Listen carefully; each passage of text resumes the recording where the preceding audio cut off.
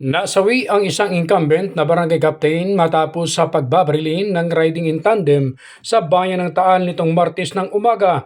Kinilala ni Major Fernando, hepe ng Taal Police Station, ang biktimang si Erasmo Reste Divino Hernandez, barangay captain ng Barangay Poblacion Zone 10, Taal, Batangas.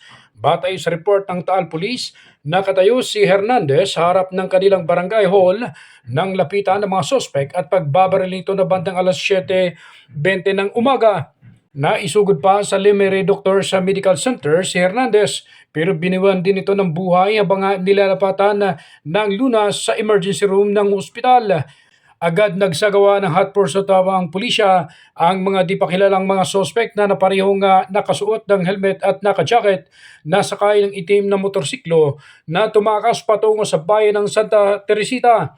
Inaalam pa ng pulisya kung ano ang posibleng motibo sa pamamaslang at kung may mga kaugnayan sa nalalapit na barangay at sangguniang kabataan eleksyon ang pangyayari. Si Hernandez ay muling tatakbo sana bilang barangay chairman sa darating na halalan. Ronda balita mula sa lalawigan ng Quezon. Ako si J.R. Narit, naghahatid ng mahalagang impormasyon at balitang totoo.